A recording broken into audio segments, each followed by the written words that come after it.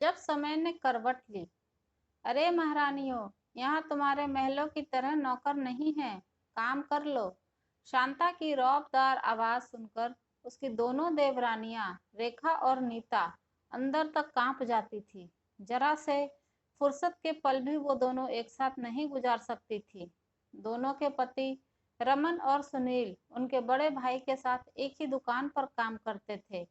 बात दोनों तरफ एक जैसी ही थी। वहां दुकान पर दोनों भाई अपने बड़े भाई से एक शब्द नहीं बोल पाते थे, और यहाँ घर पर दोनों अपनी सास कम जेठानी से एक शब्द नहीं बोल सकती थी।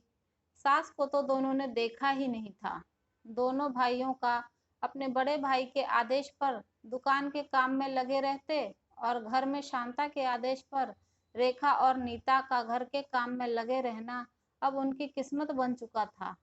दोनों देवरानियां देर रात को जब घर के काम से निपटती तो अपने हारे थके पतियों से कोई शिकायत नहीं कर पाती थी। लेकिन पतियों को सब पता था, पर वो विवशता से कुछ कह नहीं पाते। माँ बाप के मरने के बाद भाभी ने बड़े भाई को ऐसा काबू में किया कि वो तो ना कुछ देखते थे और ना ही कुछ बोलते थे। घर में सिर्फ भाभी का ही राज था। बड़े भाई के दो बच्चे थे, एक लड़का और एक लड़की।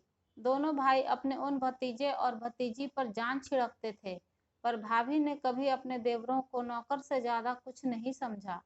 हर बात में कमी निकालना भाभी की अब आदत सी बन गई थी। दोनों के दिल में भाभी की वैसे तो हर बात चुभती थी, पर एक बात आज भी उनके दिल में नश्तर की तरह चुभी हुई थी। हुआ यूं कि एक दिन तीनों भाई एक साथ खाना खाने बैठे। भाभी ने पहले बड़े भाई को खूब देसी घी में चुपड़ चुपड़ कर रोटियां खिलाई, और जब रमन और सुनील खाना खाने बैठे तो देसी घी का डिब्बा एक तरफ रख दिया और डालडा से रोटी चुपड़कर दोनों भाइयों को खिलाने लगी। ये देखकर रमन ने हिम्मत करके भाभी से कहा, भाभी, हमको भी देसी घी से रोटी चुपड़ कर दो ना। बड़े भाई को भी तो आप देसी घी की रोटी देती हो। इतना सुनते ही शांता भड़क गई और बेलन नचा नचा कर बोली, हाँ, तुम्हारा बाप बहुत ज्यादा छोड़ गया है, और तुमने बड़े महल खड़े कर दिए हैं जो तुमको भी देसी घी की रोटियां चाहिए। पर भाभी, पिता तो हम तीनों भाइयों के एक ही हैं, और अब बड़े भाई ही हमारे पिता हैं, तो आप ये भेदभाव क्यों करती हैं?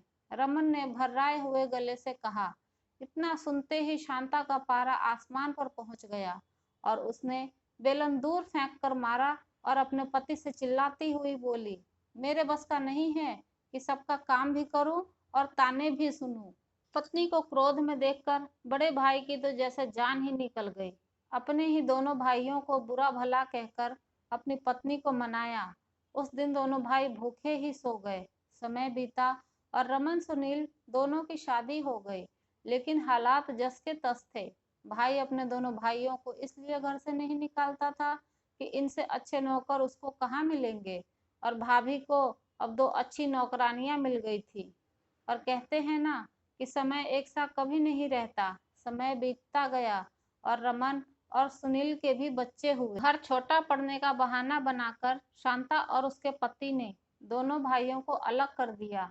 दोनों भाइयों को खाली हाथ घर से निकाल दिया, पर दोनों भाइयों ने अपनी एकता को अटूट रखा और एक ऐसा घर लिया जहां वे दोनों अपने परिवार सहित रहने लगे। भाई के व्यवहार से भी दोनों का मन खट्टा हो गया, और दोनों भाइयों ने अलग अलग नौकरी कर ली और सुखपूर्वक अपने परिवार में मगन रहने लगे। शांता खुश थी कि दोनों भाइयों को बिना कुछ दिए सब कुछ उसका हो गया।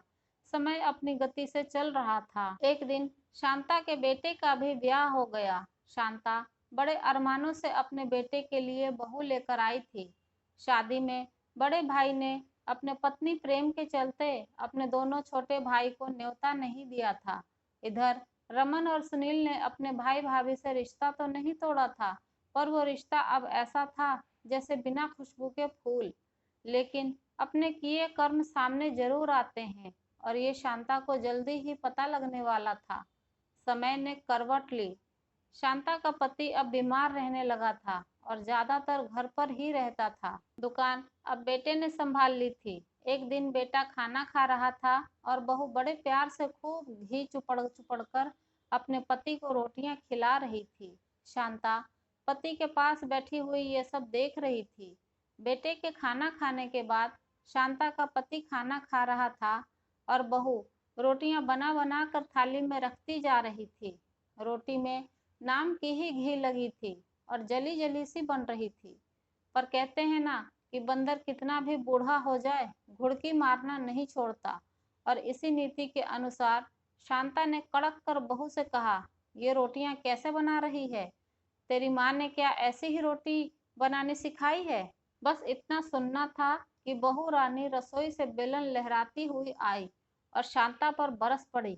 देखो सासू माँ, मेरी माँ पर मत जाना, और रही बात मेरी माँ ने क्या क्या सिखाया है, तो उन्होंने जो सिखाना था वो सिखा चुकी। अब मुझसे बात करो। और क्या हो गया जो जरा सी रोटी जल गई? खा लोगे तो कुछ हो नहीं जाएगा। जो दुकान पर सारा दिन मेहनत करता रहता है उसका ध्यान रखूं, या इनका जो सारे दिन घर में पड़े रहते हैं? शांता का पति खाना बीच में ही छोड़कर अपने कमरे में चला गया। दूसरे कमरे में ये सब सुन रहे बेटे को चुप देखकर शांता बस भगवान से यही प्रार्थना कर रही थी कि ये दिन देखने से पहले वो मर क्यों नहीं गई। एक मेरे देवर और देवरानियां थी जिन्होंने आंख उठाकर भी हम भैया भाभी को कभी नहीं देखा। जवाब देने की तो बात बहुत दूर रही। और आज मेरी बहू ही। उस दिन के बाद शांता की आवाज तो जैसे चली ही गई। जैसा बहू और बेटा चला रहे थे उसी तरह ही जिंदगी को चलाने का पति पत्नी ने समझौता कर लिया। शांता की तानाशाही को अब विराम लग चुका था।